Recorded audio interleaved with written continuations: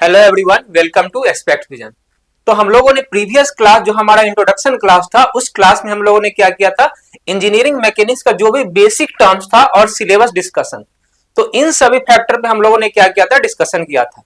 आज के क्लास में हम लोग क्या करेंगे, उसके जस्ट आगे हम लोग मूव करेंगे और हम लोग क्या समझेंगे। नेक्स्ट हमारे पास में क्या है, जैसे इंजीनियरिंग मैकेनिक्स जैसा हम लोग स्टार्ट कर चुके हैं, तो कुछ कुछ बेसिक कंसेप्ट समझना है। क्योंकि जैसे हम लोग हमारे पास में क्या होगा कि जैसे हम लोग आगे मूव करते जाएंगे तो हमारे पास में क्या आएगा, बहुत सारा टर्म्स आएगा। जो टर्म्स हो सकता है आपके लिए नया हो, तो इसलिए हम लोग क्या करेंगे, जो हमारे पास में जो इंजीनियरिंग मैकेनिज्म जो न्यू टर्म्स आएंगे उस टर्म्स के बारे में पहले हम लोग क्या करेंगे, एक ओवरव्यू आइडिया लगा ले क्या होगा। कंटीन, जैसे यहां पे देखिए क्या लिखा हुआ, कंटीनम, बॉडी, रिजिड बॉडी, फिर आपके पास में आएगा स्पेस क्या होता है, टाइम क्या होता है। तो हम लोग क्या करेंगे, बेसिक इन सभी आपके पास में जो क्या है टर्म्स है इन सभी टर्म्स का डिस्कशन करेंगे। तो यहां पे आपका सबसे पहले आप ये देख रहे होंगे, यहां पे सबसे पहले एक टर्म्स लिखा हुआ है क्या, कंटीनम, फिर बॉडी है, फिर अब देखिए कंटीनम का मतलब क्या होता है और इंजीनियरिंग मैकेनिक्स में ये टर्म्स आया कहां से। तो जैसी बात आता है कंटीनम का, इसका एक बेसिक मतलब क्या है कि हमारे पास में जो भी बॉडी होगा, मतलब जिस भी बॉडी पे हम लोग एनालिसिस करेंगे वो बॉडी क्या होगा, थ्रू आउट कंटिन्यूअस होगा। कंटिन्यूअस का मतलब क्या कि हमारे पास में ऐसा बॉडी होगा जिस बॉडी में क्या होगा, कोई वॉइड्स नहीं होंगे। इसका मतलब क्या, सपोज हमारे पास में क्या एक बॉडी, इस टाइप का बॉडी, तो क्या बोला, जिस बॉडी पे आप एनालिसिस कीजिएगा मैकेनिक्स का, वो बॉडी थ्रू आउट क्या होना चाहिए, कंटिन्यूअस होना चाहिए। ऐसा नहीं कि हमारे पास में बॉडी है तो यहां पे क्या हो गया, गैप हो, या यहां पे गैप हो, या इधर कहीं गैप हो, या कहीं यहां पे गैप हो। तो कंटिन्यू करने का मतलब ये कि आप जो भी एनालिसिस करेंगे, जो भी आपके पास में बॉडी होगा क्या होगा, कंटिन्यूअस होगा। तो इसी से एक टर्म्स आया क्या, कंटिन्यू। नेक्स्ट टर्म हमारे पास क्या है, बॉडी। क्योंकि हम लोगों ने प्रीवियस क्लास में भी इस चीज को एनालिसिस किया था कि बॉडी क्या होगा। तो बॉडी कहने का मतलब क्या है, आप या हम लोग क्या करेंगे, थ्रू आउट इंजीनियरिंग मैकेनिक्स जो चीज का स्टडी करेंगे, किस पे स्टडी करना है, हमारे पास एक बॉडी होगा। और क्योंकि जब बॉडी का बात आता है तो क्या हो गया, दो टाइप्स का बॉडी होगा आपका। फर्स्ट में क्या है आपका, रिजिड, और सेकेंड बॉडी भी आपके पास है, that body is known as क्या, डिफॉर्मेबल बॉडी। तो इसलिए क्योंकि डिफॉर्मेबल का अभी डिस्कशन क्या है, डिफॉर्मेबल बॉडी का डिस्कशन अभी तो नहीं है, इसलिए हम लोग क्या करेंगे, हमारे पास में बॉडी होगा और वो बॉडी क्या होगा, रिजिड बॉडी होगा। और हम लोग क्या करेंगे, ओवरऑल हम लोग रिजिड बॉडी पे ही एनालिसिस करेंगे। तो ये आपका क्या हो गया, रिजिड बॉडी हो गया। तो ये सब नए टर्म्स है। अब देखिए यहां पे यही बात लिखा हुआ क्या, इन मैकेनिक्स, हम लोग मैकेनिक्स में क्या करेंगे, for the convenience of analysis, मतलब कोई चीज को जिस बॉडी को हम लोग एनालिसिस करेंगे उस बॉडी को एनालिसिस करने में हमको सहूलियत हो, है ना। Of the effects of forces bodies, bodies are consider, क्या बोल रहा है कि मैकेनिक्स में जब हम एनालिसिस करेंगे तो कोई भी बॉडी पे क्या लगेगा, फोर्स का इफेक्ट्स लगेगा, तो क्या होगा, bodies are consider to be made of continuous distribution. अब यहां पे ध्यान देना है क्या, कि continuous distribution of the matter without any voids. यहां पे दो तीन टर्म्स को ध्यान रखना है। क्या बोल रहा कि अगर हम लोग मैकेनिक्स में, हम लोग क्या करेंगे, मैकेनिक्स में ओवरऑल हमको एनालिसिस ही तो करना है या समझना है उसके बारे में, किसके बारे में, किस पे स्टडी करेंगे, तो बॉडी पे स्टडी करेंगे। और कौन सा बॉडी होगा, हमारे पास रिजिड बॉडी होगा। अब इस लाइन से यह समझना है, क्या बोल रहा है कि जब कभी भी आप रिजिड बॉडी पे, आपके पास में जो भी रिजिड बॉडी होगा उस रिजिड बॉडी पे क्या होगा, फोर्स का अफेक्ट्स आएंगे। तो क्या बोल रहा, फोर्स का अफेक्ट आएगा तो हम लोग क्या करेंगे, बॉडी को कंसीडर ऐसा करना है कि कैसा कंसीडर करना है कि बॉडी हमारा मतलब कंटिन्यूअस डिस्ट्रीब्यूशन हो। कहने का मतलब क्या कि बॉडी हमारा कंटिन्यूअस हो, ऐसा नहीं कि बॉडी हमारा ऐसा ऐसा ऐसा ऐसा बॉडी ना हो। तो क्या बोल रहा है, कंटिन्यूअस डिस्ट्रीब्यूशन विदाउट वॉइड्स। अब वॉइड्स का मतलब क्या होता है, मतलब वॉइड्स का मतलब क्या है, कोई इसमें गैप नहीं हो, गैपिंग नहीं होना चाहिए। अगर हमारे पास ए बॉडी है तो क्या है, हमारा थ्रू आउट द यूनिफॉर्म है। लेकिन अगर इस बॉडी का एनालिसिस करेंगे कि ऐसा सपोज हमारे पास में इस टाइप का ऐसा बॉडी है ऐसा, तो क्या हो गया, ये हमारे पास में क्या है, कंटिन्यूअस बॉडी नहीं है। क्या है, इस बॉडी में यहाँ पे वॉइड्स है, मतलब थ्रू आउट हम इस पे एनालिसिस नहीं कर पाएंगे। तो ये चीज जो हम आपको बताए कंटिन्यूअस, इसका आप समझने के लिए आप इस टर्म से समझ सकते हैं। क्योंकि मैकेनिक्स का ये सब चीज क्या है, बेसिक, हम लोग थ्रू आउट पूरा कैलकुलेशन करेंगे, पूरा एनालिसिस करेंगे। लेकिन ये सब बात हमको ध्यान में रहेगा कि क्या कि मैकेनिक्स में हम लोग स्टडी करते हैं किस पे, तो रिजिड बॉडी पे स्टडी करते हैं। फिर दूसरा कंडीशन ध्यान में आना चाहिए क्या, कि रिजिड बॉडी पे स्टडी तो करते हैं लेकिन बॉडी कैसा होना चाहिए, तो बॉडी हमारा कंटिन्यूअस होना चाहिए, throughout the continuous distribution of matter without any voids, then we will study the mechanics on the particular body. तो ये सब चीज ध्यान में रखना है, और ये सब चीज आपको हमेशा ध्यान में रखना चाहिए, क्योंकि बेसिक सब्जेक्ट का बेसिक टर्म्स पता होना चाहिए। हम लोग एनालिसिस तो करेंगे लेकिन इससे पहले हमको टर्म्स अगर क्लियर रहेगा, कंसेप्ट क्लियर रहेगा कि इस सब्जेक्ट का एनालिसिस करना क्या है, बॉडी पे ही करना है। इसलिए बार बार आपको ये टर्म्स को हम क्या कर रहे हैं, आपको रिलेट करा रहे हैं। अब नेक्स्ट में क्या है हमारे पास, रिजिड बॉडी। ऑलरेडी हम लोग बार बार इसका डिस्कशन कर चुके हैं कि रिजिड बॉडी क्या है। फिर से क्योंकि आपको लिखने के लिए आ जाए तो आप इस चीज को ध्यान में रखेंगे। क्या बोल रहा है कि इट इज ए कंटिन्यूअस, क्या बोल रहा है, कंटिन्यूअस नहीं, इट इज ए कंटिन्यूम। देखिए ये टर्म्स यहां पे आ गया, क्या बोल रहा है, continuum which is not deformed under the effect of load. मतलब क्या बोल रहा है कि वही बात की रिजिड बॉडी है आपके पास, तो रिजिड बॉडी ऐसा कंटिन्यूम बॉडी से बना हुआ है जो डिफॉर्म नहीं करेगा। डिफॉर्म करने का मतलब क्या, कि अगर हमारे पास में ऐसा बॉडी है तो ये बॉडी पे कितना भी लोड लगा दे, कितना भी लोड लगा दे, लोड लगाने के कारण बॉडी में कोई भी डिफॉर्मेशन नहीं आएगा। डिफॉर्मेशन का मतलब क्या, कि अपने ओरिजिनल शेप में ही रहे, अपने ओरिजिनल पोजीशन में ही रहेगा। अगर हमारे पास में ऐसा फिक्स्ड यहाँ पे शेप है, तो कहने का मतलब क्या कि जैसे हम इस पे लोड लगाएंगे तो क्या होना चाहिए, कि लोड लगाने के बाद भी आपका बॉडी में डिफॉर्मेशन नहीं आना चाहिए, बॉडी का शेप नहीं चेंज होना चाहिए, बॉडी का साइज नहीं चेंज होना चाहिए, then we will consider as a rigid body. लेकिन अगर आपके दिमाग में एक क्वेश्चन आ रहा है कि कहां पे लोड लगाएंगे तो डिफॉर्म करेगा ही, तो डिफॉर्म करेगा उसका एनालिसिस हम लोग दूसरे सब्जेक्ट में करेंगे, that is not a matter of discussion यहाँ पे। तो यहाँ पे आपको ये चीज हमेशा ध्यान में रखना होगा, क्या करेंगे, रिजिड बॉडी पे एनालिसिस करेंगे और उसमें कोई डिफॉर्मेशन नहीं आएगा under the effects of load. तो यहाँ पे आप एक डायग्राम देख रहे हैं, यहाँ पे क्या है, अगर हम इस डायग्राम से समझना चाहे कि क्या है रिजिड बॉडी और कैसे हम लोग एनालिसिस करते हैं, तो यहाँ पे हम लोग एक छोटा सा एग्जांपल लेके समझेंगे और यहां से आपको और क्या होगा, कंसेप्ट में क्लैरिटी आ जाएगा। अब देखिए क्या है, यहाँ पे एक पी है। अब देखिए यहाँ पे आपको ये सब टर्म्स तो आगे हम लोग पूरा डिटेल में स्टडी करेंगे। अब यहाँ पे देखिए क्या, बीम। बीम कहने का मतलब क्या, आप अपने घर में ये चीज देख सकते हैं कि बीम होता है। बीम कहने का मतलब क्या, कि बीम और कॉलम। तो बीम हमेशा क्या हो गया, हॉरिजॉन्टल मेंबर हो गया, और कॉलम जिसको आप लोग पिलर से समझते हो, तो वो पिलर क्या हो गया, उसको कॉलम बोलते हैं। तो ऐसा हमारे पास क्या हो गया, बीम। अगर आप छत की बात करेंगे तो छत भी क्या होगा, छत जो रूफ जो होता है, रूफ को भी हम लोग क्या करेंगे, बीम की तरह ही कंसीडर करेंगे। तो सपोज आप ये चीज मान लीजिए कि आपके पास में क्या एक बीम है, जिस घर में आप बैठे हैं, जहां पे स्टडी कर रहे हैं, वहां पे क्या होगा, बीम होगा। अब क्या बोल रहा है कि जैसे इस बीम पे हम लोग क्या किए, पी लोड अप्लाई किए, मतलब कोई भी हम क्या किए, एक लोड अप्लाई किए। तो लोड अप्लाई करने के कारण क्या ऐसा होता है कि हमारा बीम क्या होगा, बेंड कर जाए?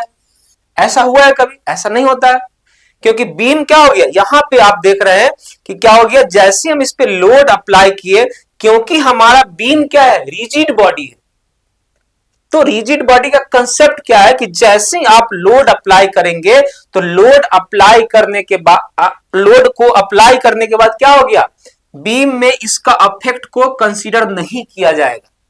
मतलब डिफ्लेक्शन तो होता ही होगा लेकिन कंसीडर हम लोग नहीं करेंगे। तो ये क्या हो गया, रिजिड बॉडी का कंसेप्ट हो गया। ये आपको यहां से ये चीज को समझ लें। तो ये सब क्या है, आपके पास में इंपोर्टेंट आइडियलाइजेशन है, मतलब मैकेनिक्स में आपका इंपोर्टेंट टर्म्स जैसे कंटिन्यूम हो गया, बॉडी हो गया, रिजिड बॉडी हो गया, और इसके आगे हम लोग देखते हैं कि क्या चीज है। अब जो चीज हम लोग पढ़े हैं इन चीजों को हम लोग यहां से क्या करेंगे, बहुत ही बारीकी से ऑब्जर्व करेंगे और यहां से आपका कंसेप्ट क्या होगा, पूरा क्लियर हो जाएगा। अब यहां पे क्या है, यहां पे क्या है हमारे पास में, यहां पे आप दो डायग्राम देख रहे हैं, ठीक।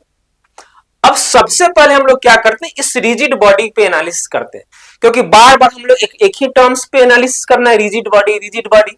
अब यहां पे समझिए, यहां पे क्या है, एक रिजिड बॉडी है, ठीक। अब क्या हुआ, यहां पे हम लोग क्या कर रहे हैं, देखिए यहां पे क्या करें, यहां पे एक लोड अप्लाई हो रहा है, इधर से एक लोड अप्लाई कर रहे हैं, इधर से इधर, चारों तरफ से क्या हो रहा है, इसमें लोड अप्लाई हो रहा है।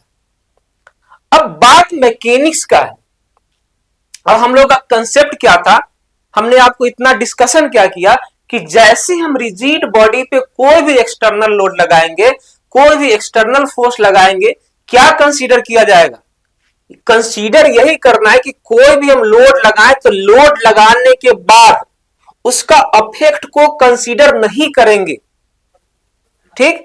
अब देखिए यहां पे क्या हो, यहां पे दो पॉसिबिलिटी दिया हुआ है। पहला बात क्या बोल रहा है कि जैसे आप लोड लगाएंगे, तो एक चीज तो सही बात है कि जैसे लोड लगाएंगे तो एक मैक्सिमम लोड लगाने के बाद क्या होगा, इसमें क्रैकिंग आ सकता है, इसमें डिफ्लेक्शन आ सकता है ना। लेकिन क्या बोल रहा है, इस डिफ्लेक्शन को, इस क्रैकिंग को हम लोग कंसीडर नहीं करेंगे। ऐसा हमको अज्यूम करके चलना है कि इस लोड को लगाने के कारण इसमें क्या हो रहा है, कोई इसका अफेक्ट कंसीडर नहीं किया जा रहा है। अब आपके माइंड में क्वेश्चन है, क्यों ऐसा नहीं करेंगे, जैसे हम लोग इस क्रैकिंग को कंसीडर कर लेंगे, जैसे हम इस डिफ्लेक्शन को कंसीडर कर लेंगे, तो फिर क्या होगा, इसके एनालिसिस करने के लिए हमको दूसरे सब्जेक्ट का नॉलेज होना चाहिए, और वो दूसरा सब्जेक्ट का नॉलेज तभी होगा जब हमारा कंसेप्ट क्या होगा, मैकेनिक्स का कंसेप्ट क्लियर होगा। क्योंकि हम लोगों को यहाँ पे क्या इंजीनियरिंग मैकेनिक्स का स्टडी करना है, इसलिए हम लोग क्या करते हैं, हम लोग इस बॉडी को रिजिड मान लेते हैं, और रिजिड मान के क्या अजम्पशन क्या लिया जाता है, अज्यूम किया जाता है कि ऐसा हो, ऐसा मान लेते हैं। कोई चीज का अजम्पशन एक ऐसा टर्म है जिसको क्या हो जाता है, रियल लाइफ में एग्जिस्ट नहीं करता है, लेकिन उसके चीजों को एनालिसिस करने के लिए, उसको समझने के लिए हम लोग एक ऐसा अजम्पशन ले लेते हैं कि लेट अस अज्यूम। हम लोग क्या किए, यहां पे हमारे पास क्योंकि रिजिड बॉडी है, रिजिड बॉडी पे जो भी एक्सटर्नल फोर्स अप्लाई होगा, एक्सटर्नल फोर्स अप्लाई होने के बाद इसमें क्या हो जाएगा, किसी प्रकार का क्रैकिंग, किसी प्रकार का डिफ्लेक्शन को कंसीडर नहीं करेंगे।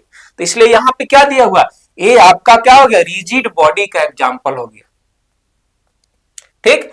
अगर यहां पे क्या हो गया, आपको ऐसा अज्यूम करके चलना है कि जैसे हम लोग रिजिड बॉडी पे कोई भी लोड लगाए, लोड लगाने के कारण इस लोड का अफेक्ट इस पे नहीं, इसका कोई प्रभाव नहीं पड़ेगा, ऐसा मान लेंगे।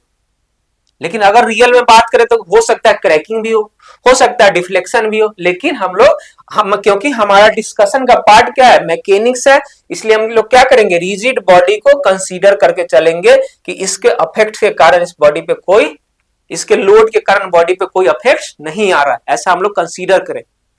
तो ये आपका क्या हो गया, रिजिड बॉडी का बात हो गया।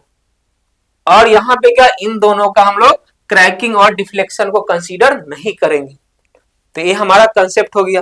नेक्स्ट में हम लोग बात करें, अब देखिए यहां पे क्या, यहां भी क्या है, रिजिड बॉडी है।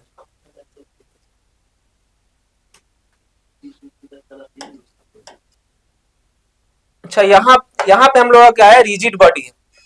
और जैसे हम लोग रिजिड बॉडी की बात करेंगे, यहां पे अगर, अब यहां पे समझना है क्या है, रिजिड बॉडी है और डिफॉर्मेबल बॉडी है। फिर यहां से आप इस डायग्राम से यहां से समझ सकते हैं, रिजिड बॉडी का मतलब क्या है कि हमारे पास में क्या है, एक इस टाइप का बीम है, और यहां पे क्या है, कोई लोड हैंग किया हुआ है। तो जब जब जिस कंडीशन में हम बॉडी को रिजिड मान रहे हैं, तो क्या हो रहा है, जैसे हम बॉडी को रिजिड मान रहे हैं तो हम क्या करें, इसमें डिफ्लेक्शन को कंसीडर नहीं कर रहे हैं। लेकिन जैसे अगर हम इस बॉडी को डिफॉर्मेबल बॉडी मान लेंगे कि बॉडी हमारा डिफॉर्म कर सकता है, तो इसका सिचुएशन क्या बन जाएगा, ए हो जाएगा आपका डिफॉर्मेबल। कि जैसे इन इस पे इसके एक फिक्स्ड इस पॉइंट पे क्या है, एक पॉइंट पे यहाँ पे ए लोड लग रहा है, दूसरे पॉइंट पे ए लोड लग रहा है, और यहाँ पे क्या है, कोई सपोर्ट रखा हुआ है, तो प्रैक्टिकली डिफॉर्मेबल बॉडी में क्या हो गया, हमारा डिफ्लेक्ट कर गया, हमारा बीम क्या था, डिफ्लेक्ट कर गया। लेकिन सेम सिचुएशन था हमारे पास में क्या था, रिजिड बॉडी था। तो सेम सिचुएशन में हम एक चीज एनालाइज किए कि रिजिड बॉडी में क्या हो गया, बॉडी के अंदर में कोई भी डिफॉर्मेशन नहीं आया। तो हमेशा एक ही कंसेप्ट ध्यान में रखना है कि रिजिड बॉडी, इंजीनियरिंग मैकेनिक्स में पूरा बॉडी जो होगा रिजिड बॉडी होगा, और उस रिजिड बॉडी पे क्या होगा, कोई भी एक्सटर्नल लोड लगने के बाद उसमें क्या होगा, कोई भी डिफॉर्मेबल या कोई भी उसका अफेक्ट को कंसीडर नहीं करेंगे। सो ये हमारा कंसेप्ट क्या हो गया, रिजिड बॉडी का, और ये आपका विजुअलाइजेशन हो गया कैसे हम लोग एनालिसिस करते हैं। अब हम लोग क्या करते हैं, नेक्स्ट डिस्कशन की तरफ मूव करेंगे। अब फिर हमारे पास में क्या है, कुछ कुछ टर्म्स है, बेसिक कंसेप्ट है जो आपको समझ में आना चाहिए। फर्स्ट क्या है आपका स्पेस है, फर्स्ट हमारे पास क्या है, स्पेस है, फिर क्या है, टाइम है, फिर क्या मास है, फिर लेंथ है, और ये हमारा फोर्स है। तो ये सब क्या हो गया, बेसिक कंसेप्ट है जिसको हमको क्या करना है, समझना। अगर हम स्पेस का बात करें तो क्या बोल रहा है, एक्सटेंडिंग इन एवरी डायरेक्शन, क्या बोल रहा है कि हर एक डायरेक्शन में एक्सटेंड करेगा, and contains everything in it. तो जैसे हम लोग स्पेस का बात करेंगे तो हम लोग 2 डायमेंशन में स्टडी करेंगे, 3 डायमेंशन में स्टडी करेंगे। 2 डायमेंशन का बात करें तो क्या होगी, X axis, Y axis, Z axis. और 3 डायमेंशन की बात करें तो क्या हो जाएगा, एक्स वाई और जेड। और 2 डायमेंशन का बात करें तो क्या हो जाएगा, एक्स एक्सिस, वाई एक्सिस। तो क्या बोल रहा है, हर एक डायरेक्शन में एक्सटेंड किया हुआ रहेगा, और क्या होगा, everything contain in it. So that is, ये क्या हो गया, आपका स्पेस का कंसेप्ट हो गया। क्योंकि फोर्स का बात है तो फोर्स ऑलरेडी हम लोग क्या करेंगे, डिटेल में डिस्कशन करेंगे कि फोर्स का कंसेप्ट क्या है। टाइम की बात है तो क्या बोल रहा है, time is a measure of duration between successive event. तो ये क्या हो गया, टाइम का हो गया। फिर मास का बात है, फिर हम लोग नेक्स्ट डिस्कशन में मास और वेट के बारे में समझेंगे। तो ये क्या बोल रहा है कि mass of a body is dependent as a quantity of matter content in it. Mass कहने का मतलब क्या बोल रहा है कि आपके पास में कोई भी बॉडी होगा तो उसमें कितना मैटर इन्वॉल्व है। तो क्वांटिटी ऑफ मैटर को हम लोग क्या करेंगे, एनालिसिस करेंगे, और हम लोग जैसे आगे चलेंगे तो मास में, वेट में क्या डिफरेंस है उसको जस्ट हम लोग एनालिसिस करेंगे। अब क्योंकि यहां पे क्या बॉडी का वेट, अब हम लोग क्या करेंगे, वेट और मास के कंसेप्ट को समझते हैं। तो क्योंकि अगर यहां पे हम लोग बात करें, क्या बोल रहा है कि this is the force with which the earth attracts a body. तो ये चीज हमको पता है कि वेट क्या, कि वेट एक ऐसा फोर्स है जिससे क्या करता है, अर्थ क्या करता है, उसको अट्रैक्ट करता है। मतलब क्या कि due to the gravitational force कोई भी बॉडी को क्या करता है, अर्थ अपने तरफ खींच लेता है। तो ये तो हमारा वेट का कंसेप्ट हो गया। तो क्या बोल रहा है कि the weight of body is the force with which the body get attracted toward the centre of the earth by the action of gravitational pull. तो क्या बोल रहा है, ग्रेविटेशनल पुल के कारण क्या करता है, अर्थ क्या करता है, कोई भी चीज को अपने तरफ खींच लेता है। तो ये तो वेट का बात हो गया, क्योंकि W equal to M into G. अब यहां से समझना क्या है, W equal to M into G, W weight equal to mass into acceleration due to gravity. अब एक छोटा सा कंसेप्ट हम लोग डिस्कशन करेंगे कि वेट में और मास में क्या डिफरेंस है, क्योंकि हमेशा ये डिस्कशन आता है कि what is the difference between mass and weight. तो यहां से हम लोग क्या करते हैं, इसको समझते हैं कि वेट और मास में क्या अंतर है।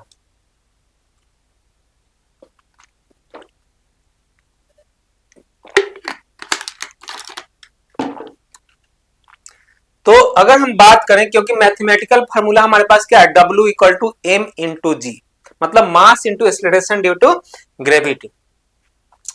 अब देखिए बात ये समझना हमको कि मास और वेट में क्या अंतर है। अब यहां पे बात आया किसका, मास का, और यहां पे बात आया किसका, वेट का। तो मास में क्या बोल रहा है, it is the quantity of matter contain in the body. कहने का मतलब यह है कि सपोज हमारे पास में एक बॉडी है, तो इस बॉडी के अंदर क्या है, क्वांटिटी ऑफ मैटर, मतलब क्या, एक एक पार्टिकल एक एक मैटर से मिलकर क्या है हमारे पास, ये बॉडी हमारे पास क्या है, अगर यहां पे क्या, it is the quantity of matter contained in it. अगर इस पेन का एग्जांपल लें तो इस पेन में क्या है, पेन का अपना कुछ मास है, ठीक। तो मास का कंसेप्ट ये है, या मास वो चीज होता है कि quantity of matter contained in it. इसका मतलब समझिए कि हर एक मैटर क्या है, इस मतलब एक एक मैटर से मिलकर के बना हुआ, मतलब क्वांटिटी ऑफ मैटर मतलब उसका कितना क्वांटिटी इन्वॉल्व है। तो अगर हम एक एग्जांपल लें, फिर क्या बोल रहा है, constant for, it is constant for body at all places. अब दो चीज समझते हैं कि मास क्या है। अगर इस पेन को हम, क्योंकि हम एक ऐसा प्लैनेट, हम क्या अर्थ पे हैं, अर्थ पे हम लोग सब कुछ का एनालिसिस कर रहे हैं, हम इसी पेन को लेकर के दूसरे प्लैनेट पे चले जाते हैं। सपोज कि इसी पेन को हम लोग क्या किए, अर्थ से क्या किया, दूसरे पे शिफ्ट कर गए, मून पे। तो क्या ऐसा पॉसिबल है कि अर्थ पे इस पेन में मैटर इतना था और मून पे जाते जाते इसमें से कुछ मैटर, कुछ पार्टिकल हट जाए, इधर से कुछ पार्टिकल हट जाए, इधर से कुछ पार्टिकल हट जाए, और कुछ सम अमाउंट, थोड़ा से अमाउंट में बचे? ऐसा पॉसिबल है? नहीं। क्योंकि अगर ए पेन अर्थ पे इतना बड़ा है तो मून पे या कोई और भी प्लैनेट पे ए पेन क्या हो जाएगा, सेम साइज रहेगा, सब कुछ सेम रहेगा। तो कहने का मतलब क्या है कि अगर मास का बात करेंगे तो मास क्या हो जाएगा, कोई भी बॉडी का क्या रहेगा, मास हमेशा कांस्टेंट रहेगा। आप किसी भी प्लैनेट पे लेके चले जाइए। लेकिन अगर हम बात करें क्या, अब यहां पे देखिए, अब यहां पे हम लोग बात कर रहे हैं कि मास हमारा हर जगह सेम है, तो वेट डिफरेंस क्यों होता है? अब जैसे वेट का बात करेंगे, क्योंकि हम कहां पे खड़े हैं, अर्थ पे खड़े हैं। अभी तक क्या है, इसमें सिर्फ मास की बात हो रहा है। हम लोग खड़े कहां पे, अर्थ पे, और अर्थ के पास में क्या है, अपना एक ग्रेविटेशनल, क्या है, ग्रेविटेशनल पावर है, जिससे क्या करता है, ग्रेविटेशन से कोई चीज को क्या करता है, अपने तरफ अट्रैक्ट करता है। तो अर्थ पे क्या करेंगे हम, इस सिर्फ बॉडी का, हमारे पास में जो पेन है, क्या इस पेन का सिर्फ हम मास कंसीडर कर ले? नहीं, ऐसा पॉसिबल नहीं है। क्योंकि अगर मास कंसीडर कर लेंगे तो ऐसा यहां पे कैलकुलेशन करना मुश्किल हो जाए। क्यों? क्योंकि अर्थ के पास में क्या है, अपना ग्रेविटेशनल फोर्स है। इसलिए अगर वेट का बात करें तो क्या हो जाएगा, वेट इक्वल टू क्या, इस पेन का मास तो है ही, W इक्वल टू एम, लेकिन उसके बाद क्या, मास को अट्रैक्ट कौन कर, अगर इस पेन को हम छोड़ देंगे तो क्या, अगर जी नहीं रहा, ये बेसिक चीज है, आपको पता होगा, अगर जी नहीं रहता तो क्या हो जाता, पेन यहां पे तैरते रहता। क्योंकि यहां पे अर्थ के पास में क्या, अपना ग्रेविटेशनल फोर्स है, इसलिए क्या कि इस पेन को अपने तरफ खींच लेगा। तो खींच लेगा तो मतलब क्या, W equal to M into G हो गया, mass into acceleration due to gravity. तो ये क्या हो गया, आपका बेसिक टर्म्स हो गया क्या, मास में और वेट में। तो अगर हम एग्जाम्पल से समझे, अब जो बात हम बता रहे थे, इस बात को हम लोग क्या करेंगे, इस एग्जाम्पल समझने की कोशिश करते हैं। ठीक, अब देखिए क्या बात बता रहा है। अब यहां पे क्या है, हमारे पास में अर्थ है, तो अर्थ पे सबसे पहले हम लोग क्या करेंगे, अगर हम अपना बात करें या कोई ह्यूमन बॉडी का बात करें तो क्या, उसका अपना मास है ना, मास 50 केजी, नॉट वेट। अगर हम बोलते हैं या आप बोलते हैं कि वेट हमारा 50 केजी है, तो that is the wrong statement. क्यों? क्योंकि मास को क्या कर दिया, एम इक्वल टू क्या हो गया, 50 केजी। मास का यूनिट क्या होता है, किलोग्राम होता है। किसका यूनिट होता है, मास का ऐसा यूनिट क्या होता है, किलोग्राम होता है। अब देखिए, क्योंकि हम कहां पे खड़े, अर्थ पे, हमको खींच कौन रहा है, हमको यहां पे खड़ा रखने में कौन फोर्स ए हो रहा है, तो ग्रेविटेशनल फोर्स हो रहा है। और जी का वैल्यू क्या हो गया, जी का वैल्यू आपका 9.81 हो गया, है ना, मीटर पर सेकेंड स्क्वायर। अब हमारा वे अब देखिए वेट 50 केजी है या मास 50 केजी है। अब हम बात करें तो W इक्वल टू क्या हो गया M इंटू जी। हमारा मास 50 केजी था तो हम क्या लिखे 50। जी का वैल्यू क्या 9.81 तो 9.81 मतलब क्या 490 न्यूटन। तो ये चीज आपको पता भी होगा तो बेसिक चीज समझना है कि हमारा वेट क्या है।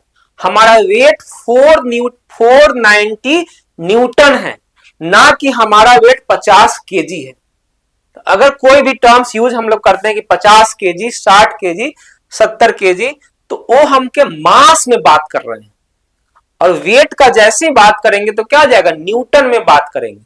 तो ये चीज आपको समझ में आना चाहिए। दूसरा केस हमारे पास में क्या है कि हमारे पास में क्या था सेम हम ही थे एक ही पर्सन था। इस पर्सन का अर्थ पे वेट कितना है 50 केजी है। अर्थ पे वेट नहीं अर्थ पे मास क्या है 50 केजी। और सेम पर्सन क्या किया इस प्लैनेट से दूसरे प्लैनेट पे शिफ्ट किया। इस प्लैनेट से दूसरे प्लैनेट पे शिफ्ट किया। क्या ऐसा पॉसिबल है कि इस जैसे अर्थ से दूसरे प्लैनेट पे गया तो उसका मास में चेंजिंग आ जाएगा? क्या ऐसा पॉसिबल नहीं, मास तो सेम ही रहेगा। अगर हमारे पास 2 हाथ है 2 पैर है तो दूसरे प्लैनेट में भी जाएंगे तो क्या होगा सेम रहेगा, 2 हाथ ही 2 पैर ही रहेगा, सब कुछ सेम रहेगा। तो मतलब क्या कि हमारा मास तो क्या है, हमारा मास तो दूसरे प्लैनेट पे भी 50 केजी ही है। लेकिन अब ऐसा आपको ही पता है कि ग्रेविटेशनल फोर्स क्या हो जाता है हर एक प्लैनेट पे कहीं नहीं भी होता है और कहीं होता भी है तो कम होता है एज कंपेयर टू अर्थ। तो इस प्लैनेट पे जी का वैल्यू क्या था 3.7 मीटर पर सेकेंड स्क्वायर। तो वेट क्या हो जाएगा, वेट हमारा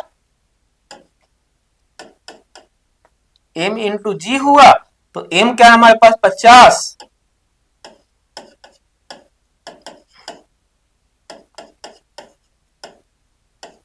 185 न्यूटन हो गया। मतलब क्या कि मास सेम है वेट क्या हो रहा है वैरी कर रहा है। क्यों? क्योंकि वेट हमेशा वैरी करता है डिपेंडिंग अपॉन द सिचुएशन कि किस प्लैनेट पे हम हैं। अर्थ पे जी का वैल्यू कुछ और रहेगा, दूसरे प्लैनेट पे अर्थ पे जी का वैल्यू कुछ और रहेगा। सेम पर्सन क्या किया यहां से क्या किया मून पे शिफ्ट हो गया।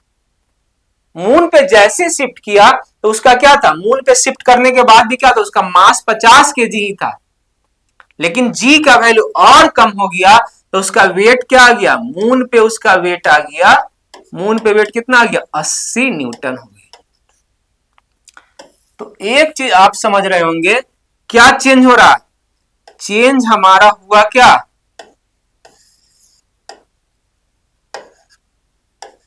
490 न्यूटन। इस एक पर्सन का वेट कहां पे, एक पर्सन का वेट अर्थ पे 400 न्यूटन है, सेम पर्सन है क्योंकि उसका मास सेम है, जी का वैल्यू अलग अलग। उसी पर्सन का मास तो सेम है, मास क्या है 50 केजी है लेकिन वेट क्या हो गया 185 न्यूटन हो गया। और उसी पर्सन का क्या है मून पे उसका मास तो 50 केजी है लेकिन वेट क्या हो गया, वेट हो गया आपका 80 न्यूटन हो गया। तो समझना बस यही बेसिक चीज ये समझना है कि वेट क्या हो जाता है, वेट तो वैरी करेगा लेकिन मास क्या हो जाएगा, मास थ्रू आउट द कहीं भी हम चले जाए किसी भी प्लैनेट पे कहीं भी मास हमारा क्या होगा, मास हमारा सेम होगा।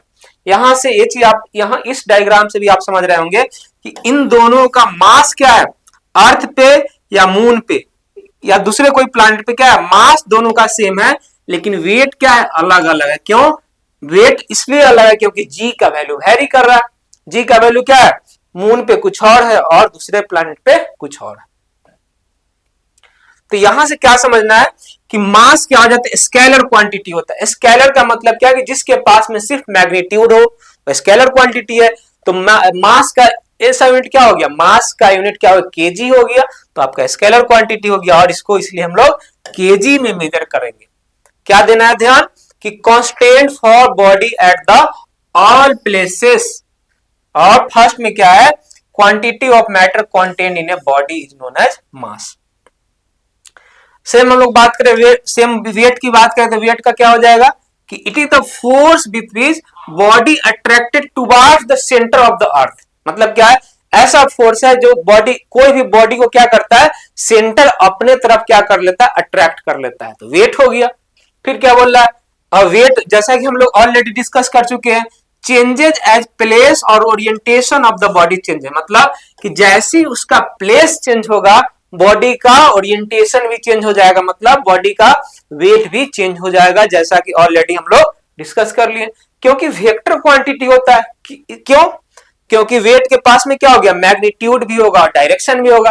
कि कहां पे वेट लग रहा है, डाउनवर्ड लग रहा है, अपवर्ड मतलब डाउन। क्या, एक बात ये समझना है कि वेट हमेशा क्या होता है, हमेशा कोई भी बॉडी पे वर्टिकली डाउनवर्ड डायरेक्शन ही एक्ट करता है।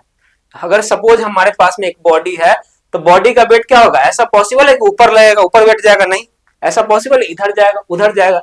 कहीं नहीं जाएगा।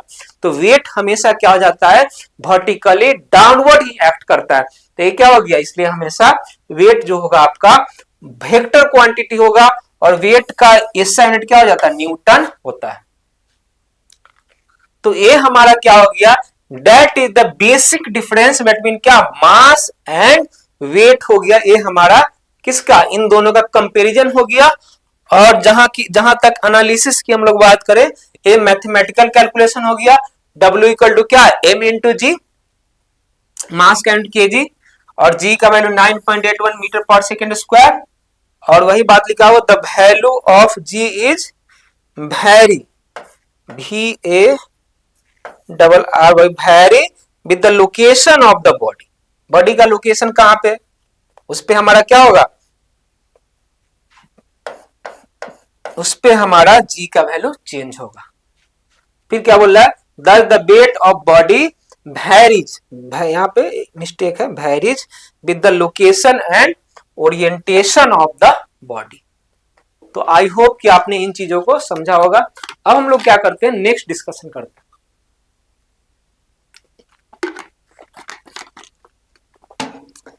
अगर हम लोग नेक्स्ट में बात करेंगे, ऑलरेडी हम लोग ये सब चीज को, तमाम जो भी हमारा आइडियल ये था, कंसेप्ट था, उन सभी कंसेप्ट को समझ लिए। आई होप कि आप भी इन चीजों को आसानी से समझ गए होंगे। नेक्स्ट में हम लोग चलते हैं। तो ये टर्म से ऑलरेडी आपको पता होगा फिजिक्स में कि स्केलर क्वांटिटी क्या होता है और वेक्टर क्वांटिटी क्या होता है। स्केलर का मतलब क्या है कि जिसके पास में सिर्फ मैग्नीट्यूड और स्केलर क्वांटिटी होता है।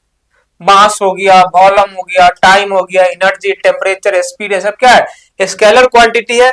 और जिसके पास में क्या हो गया, मैग्नीट्यूड और डायरेक्शन दोनों होता है, उसको हम लोग क्या बोलेंगे, वेक्टर क्वांटिटी बोलेंगे। तो ये सब बेसिक चीज है, क्योंकि इंट्रोडक्शन वाला क्लास है, तो आपको ये सब बेसिक चीज के थ्रू आउट होकर के हम लोग आगे मूव करेंगे। तो इसका बाद क्या हो गया, डिस्प्लेसमेंट हो गया, वेलोसिटी हो गया, एक्सेलरेशन हो गया, फोर्स हो गया, मोमेंटम हो गया। These all are the example of क्या हो गया, वेक्टर क्वांटिटी, जिसमें सिर्फ वेक्टर का मतलब क्या कि मैग्नीट्यूड भी हो और डायरेक्शन भी हो। डिस्प्लेसमेंट का बात करें, कोई भी हमारे पास में एक बॉडी है, तो उसको क्या किया, डिस्प्लेस हुआ, अपने पोजीशन से क्या होगा, चेंज हुआ। क्यों चेंज होगा, क्योंकि उसके पास में क्या होगा, मैग्नीट्यूड होगा और डायरेक्शन भी होगा। एक आपके पास में ऐसा बॉडी W वेट है, तो इस बॉडी को यहां तक आने में क्या लगेगा, कुछ ना कुछ इस पे हम लोग क्या करेंगे, फोर्स अप्लाई करेंगे। जैसे हम फोर्स अप्लाई किए तो क्या हो गया, बॉडी का डायरेक्शन चेंज हो गया। तो क्या हो गया, इसमें इसके अंदर में क्या हो गया, यहां से यहां तक, इनिशियल पोजीशन से फाइनल पोजीशन तक आने के लिए क्या लगा, इस पे हम लोग फोर्स भी लगाए, और एक बॉडी क्या हुआ, एक पर्टिकुलर डायरेक्शन को ट्रेवल भी किया। तो इससे हम लोग क्या समझ सकते हैं, डिस्प्लेसमेंट। डिस्प्लेसमेंट क्या है, displacement is a vector quantity. फिर उसी के बाद हम लोग क्या, एक्सेलरेशन। अब सपोज हमारे पास एक बॉडी नहीं, हमारे पास एक कार है, तो कार में क्या हो गया, हम लोग क्या किए, इसको एक्सेलरेट किए। इनिशियली क्या था, यहाँ पे कार रुका हुआ था, जैसे इसमें मूवमेंट हुआ तो क्या हुआ, इसका एक्सेलरेशन हो गया। तो उसका भी क्या हो जाएगा, एक्सेलरेशन, न्यू मीटर पर सेकेंड स्क्वायर, मैग्नीट्यूड भी हुआ, डायरेक्शन भी हुआ। एक टर्म्स होता है डिसलेरेशन या रिटार्डेशन, तो जो बैकवर्ड डायरेक्शन में लगता है। तो कहने का मतलब ये है कि वेक्टर क्वांटिटी वो क्वांटिटी होगा जिसके पास में क्या हो गया, मैग्नीट्यूड भी हुआ और डायरेक्शन भी हुआ, that is known as the क्या, आपका वेक्टर क्वांटिटी। ठीक, अब हमारे पास में नेक्स्ट पार्ट ऑफ डिस्कशन क्या है, यूनिट ऑफ मेजरमेंट। मतलब कोई चीज को हम लोग मेजर करेंगे उसके पास में क्या होगा, यूनिट होना चाहिए। सपोज हमारे पास में एक पेन है, तो हमारे पास में एक पेन है, हम कैसे पता करते हैं, अगर हमारे पास में मेजरमेंट का यूनिट ना हो तो कैसे पता करेंगे इतना मीटर लेंथ है इसका, है ना, इसका लेंथ क्या है। तो कहने का मतलब मेजरमेंट, उसका लेंथ को मेजर करना। तो लेंथ को मेजर करेंगे तो उसका कुछ ना कुछ यूनिट होना चाहिए, मीटर होना चाहिए, सेंटीमीटर होना चाहिए, डेकामीटर होना चाहिए, मिलीमीटर होना चाहिए। तो ये सब चीज जो हम लोग पढ़ेंगे, या ये सब चीज का कंसेप्ट जो है कहां पे, यूनिट ऑफ मेजरमेंट। मतलब मेजरमेंट का क्या यूनिट है। सबसे पहले यही बात लिखा हो कि सपोज आपके पास एक रोप है, रोप का मतलब रस्सी है, और उसका क्या लेंथ क्या, 12 मीटर। सपोज यहां पे यही चीज है, यही रोप है, और इसका लेंथ क्या, 12 मीटर।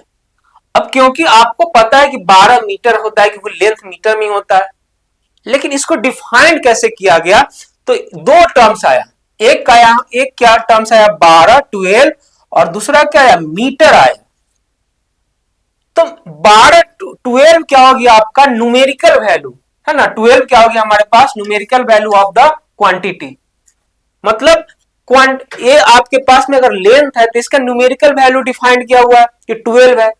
लेकिन मीटर क्या हो गया, यूनिट ऑफ क्वांटिटी। मतलब इस क्वांटिटी का यूनिट क्या है, कि अगर हम लोग लेंथ का बात करें तो लेंथ क्या करेंगे, मीटर में मेजर करेंगे।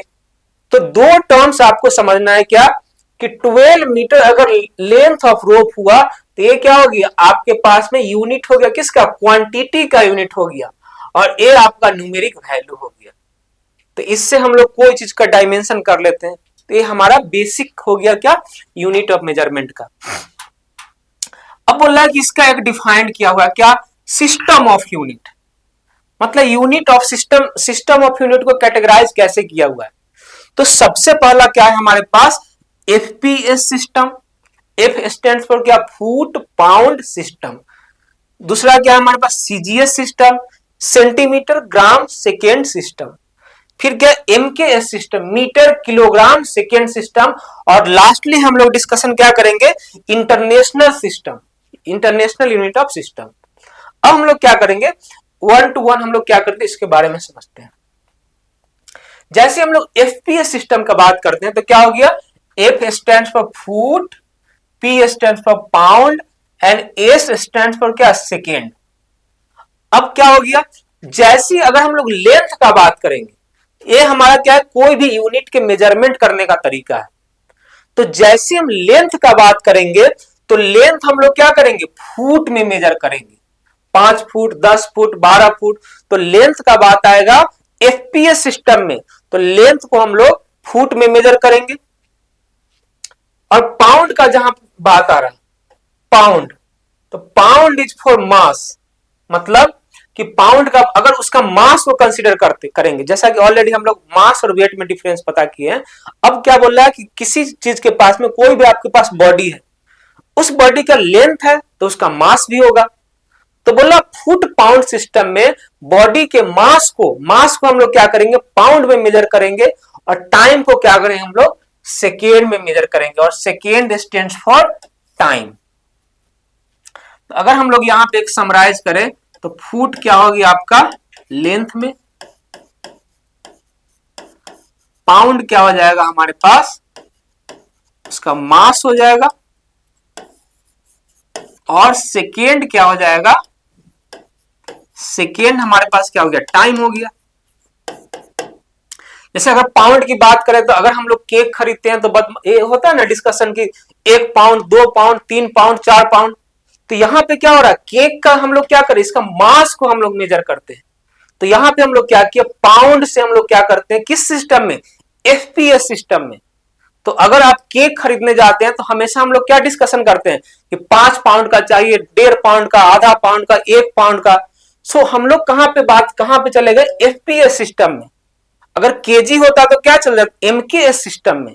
लेकिन जैसे पाउंड का बात आएगा तो पाउंड क्या हो गया हमारा एफपीएस सिस्टम में स्टैंड्स करता है। तो ये हमारा डिस्कशन क्या हो गया, एफपीएस मतलब फुट पाउंड सिस्टम। अब समझने वाला बात है कि एफपीएस सिस्टम कहां पे यूज किया जाता है। तो FPS system is used by the कहां, यूनाइटेड स्टेट्स अमेरिका, म्यांमार और लाइबेरिया एंड द ऑफिशियल, वहां का क्या है ऑफिशियल मेट्रिक सिस्टम है। जैसे हम लोग यहाँ क्या होता है इंडिया में केजी की डिस्कशन करते हैं, केजी हो गया, लेंथ हो गया, तो उसी प्रकार क्या हो गया इन सभी कंट्री में क्या हो गया एफपीएस सिस्टम को क्या किया जाता है, अडॉप्ट किया जाता है। नेक्स्ट में बात करें क्या सीजीएस सिस्टम। अब सेम उसी प्रकार से क्या सेंटीमीटर, अब क्या है सी स्टैंड फॉर सेंटीमीटर, सेंटीमीटर का क्या करेंगे लेंथ में यूज करेंगे। जी स्टैंड फॉर क्या ग्राम, और ग्राम को हम लोग मास के लिए चलेंगे। और S stand for second, second को हम लोग क्या करेंगे टाइम के लिए चलेंगे। तो ये हमारा क्या हो गया सीजीएस सिस्टम हो गया। नाम से भी हम लोग इन चीजों को समझ सकते हैं कि सीजीएस क्या है, एफपीएस क्या है। नेक्स्ट में हम लोग डिस्कशन करें क्या, तो MKS system. M stand for क्या, M stand for metre, K stand for क्या किलोग्राम, यहां पे देखिए metre, kilogram and second system. M क्या है metre is used for length, kilogram is used for क्या मास, और सेकेंड तो हम लोग टाइम के लिए यूज करते हैं। तो क्या हो गया एमकेएस सिस्टम। मतलब अगर हम लोग मीटर का बात करेंगे तो लेंथ, जैसे अभी हम लोग बात किए कि कोई भी रस्सी है या कोई इस पेन का एग्जांपल ले लेते हैं, इस पेन का लेंथ क्या है 2 मीटर, तो क्या किए लेंथ में बात किए।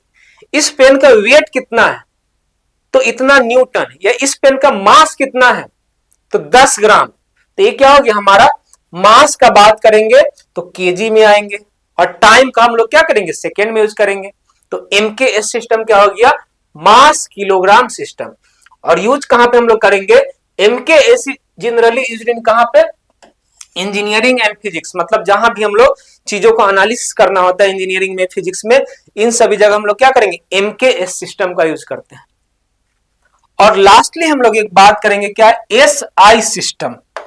तो एसआई सिस्टम को हम लोग समझते हैं, यहां पे एसटी नहीं एसआई। तो एसआई सिस्टम क्या होता है इसके बारे में समझते हैं। एसआई का मतलब क्या हो गया international system of unit, is the most popular system for weight and measure weight and mass and it mainly used in the scientific and technical field। अब बात ये हुआ कि जैसे हम लोग डिस्कशन किए FPS system, CGS system, MKS system, तो कहीं पे एफपीएस में यूज हो रहा है, कहीं पे क्या एमकेएस में यूज हो रहा है, कहीं पे क्या है सीजीएस में यूज हो रहा है। अब एक चीज हमेशा ध्यान में रखा गया कि हर जगह क्या हो रहा है आपके पास बॉडी तो वही है, चीज तो वही है, लेकिन उसका मेजरमेंट का तरीका अलग अलग है। मतलब कोई फुट में यूज कर रहा है तो हमेशा वहां पे क्या हो गया वेरिएशन होता था। तो इसलिए अगर हम लोग ट्रेड का बात करें, ट्रेडिंग के लिए जैसे हम लोग इंपोर्ट एक्सपोर्ट करते हैं उस कंडीशन में क्या वेरिएशन होता था। तो इसलिए क्या किया गया एक इंटरनेशनली मीटिंग बुलाया गया और उसमें क्या किया डिसाइड किया गया कि क्यों ना हम लोग इंटरनेशनली इन चीजों का यूनिट एक ही चीज में हम लोग अडॉप्ट करें। तो जैसे वहां पे डिस्कशन हुआ इंटरनेशनली, हम लोग क्या किए इन सभी एमकेएस, सीजीएस, एफपीएस सिस्टम के बदले एक सिस्टम अडॉप्ट किया गया and that system is known as क्या इंटरनेशनल सिस्टम ऑफ यूनिट। तो कहां पे साइंटिफिक एंड टेक्निकल फील्ड में भी यूज होता है और कमर्शियली भी हम लोग क्या करेंगे एसआई सिस्टम का ही यूज करते हैं। अब यहां पे एक ध्यान रखना है क्या कहां पे डेवलप हुआ है international system of unit SI unit. तो क्या बोल रहा है it is developed in 1971 for the international usage in scientific and technical industry and commercial work। मतलब इन सभी चीजों को ध्यान देते हुए हम लोग क्या किए, हम लोग यहाँ पे क्या यूज करेंगे इंटरनेशनल सिस्टम ऑफ यूनिट को अडॉप्ट किया गया, जो क्या हो गया इंटरनेशनली इसका यूज करते हैं। तो वेरिएशन को हम लोग बचने के लिए क्या किए एसआई सिस्टम को यूज किए। अब बात आता है एसआई सिस्टम, इसको समझना है क्या है। अगर हम लोग बात करें फिजिकल क्वांटिटी, तो फिजिकल क्वांटिटी क्या क्या मास है, लेंथ है, टाइम है ना। तो जैसे अगर हम मास की बात करें तो मास का फंडामेंटल यूनिट क्या होगा, ऑलरेडी हम लोग डिस्कस कर लिए केजी, तो केजी हो गया, और इसका सिंबल क्या हो जाएगा हमारा केजी हो जाएगा। लेंथ का बात करें तो लेंथ क्या हो गया हमारा मीटर हो गया, और इसका सिंबल क्या हो गया एम हो गया। टाइम क्या है हमारे पास सेकेंड है, और इसका सिंबल क्या है एस हो गया। टेम्परेचर फंडामेंटल यूनिट क्या हो गया केल्विन होगा, और इसका ऐसा यूनिट के हो गया। इलेक्ट्रिक करंट, इलेक्ट्रिक करंट की बात करें तो इसका ए हो गया आपका एम्पियर, और इसका सिंबल क्या हो गया हमारे पास ए हो गया। ल्यूमिनियस इंटेंसिटी की बात करेंगे तो इसका फंडामेंटल यूनिट क्या हो गया कैंडेला, और इसका सीडी हो गया। और क्वांटिटी ऑफ मैटर का आपका फंडामेंटल यूनिट क्या हो गया मोल हो गया, और इसका सिंबल क्या हो गया MOL हो गया। तो ए हमारे पास में क्या हो गया फंडामेंटल यूनिट, और इसका सिंबल हो गया। तो ये चीज आपको हमेशा ध्यान में रखना है। और जितना भी कितना टाइप्स का फंडामेंटल यूनिट होता है 7, 1 2 3 4 5 6 7 क्या हो गया एम्पियर हो गया, केजी हो गया, मास हो गया, सेकेंड हो गया, और क्या हो गया मोल हो गया, केल्विन हो गया, और कैंडेला हो गया। तो ये क्या हो गया फंडामेंटल 7 यूनिट्स जो है आपको हमेशा लर्न करना है। तो अगर हम लोग बात करें कि क्या क्या आज के क्लास का हमारा डिस्कशन क्या था, हम लोग क्या कि बेसिक से आए, मतलब बेसिक का हमारा क्या था दूसरा क्लास था। तो सबसे पहले हम लोग क्या किए चीजों के बारे में एनालिसिस किए, जो नया टर्म था, जैसे कंटिनम क्या था, बॉडी क्या था, फिर हम लोग रिजिड बॉडी, फिर डिफॉर्मेबल बॉडी, बॉडीज में अंतर समझे, कैसे हम चीजों को एनालिसिस करेंगे। और जैसे उसके बाद हम लोग एनालिसिस कर दिए तो फिर हम लोग क्या समझे थे कि उसके बाद हमारा मेजरमेंट क्या था, मेजरमेंट ऑफ क्वांटिटी। तो हम लोग एफपीएस, सीजीएस, एमकेएस सिस्टम समझे। फिर उसके बाद एसआई यूनिट के बारे में हम लोग डिस्कशन किए। तो आज के क्लास में हम लोग क्या किए, जो भी हमारा टर्म था जो आगे क्लास में यूज होगा, जो जो आपका बेसिक कंसेप्ट था और इंपॉर्टेंट चीज था, उन सभी चीजों को हम लोगों ने डिस्कशन किए। तो आज के क्लास में हम लोग इतना ही रखते हैं, फिर से मिलेंगे नेक्स्ट क्लास में नेक्स्ट यूनिट के साथ। तब तक के लिए धन्यवाद।